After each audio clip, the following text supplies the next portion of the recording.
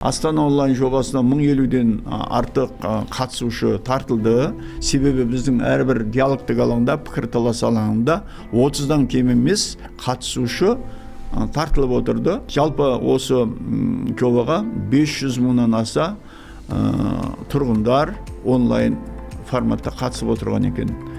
Көптеген біздің Астана онлайн жобасының нәтижелері бойынша ұсыныстар, әртүрлі идеялар жинақталды деп айтсақ болады.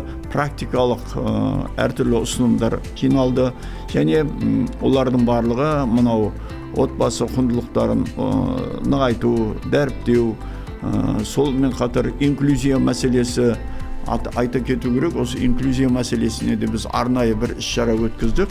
Мынау кедергісіз орта тақырыбында парламент мәжілісінің депутаты Мұрат Абенов және парламент мәжілісінің депутаты Динара Наумованың қатысуымен осы инклюзивті ортаны қалыптастыру, қауіпсіз орта, оның ішінде мынау құрылыс алаңдарында, тұрғын үй алаптарында осы қауіпсіз және кедергісіз орта қалыптастыру мәселесі де талқыланды. Астана онлайн жобасын іске асыру аясында қоғамдық ортадағы пікір алмасу алаңы құрылып, осы платформалардың нәтижесінде сенімді диалог орнаттық.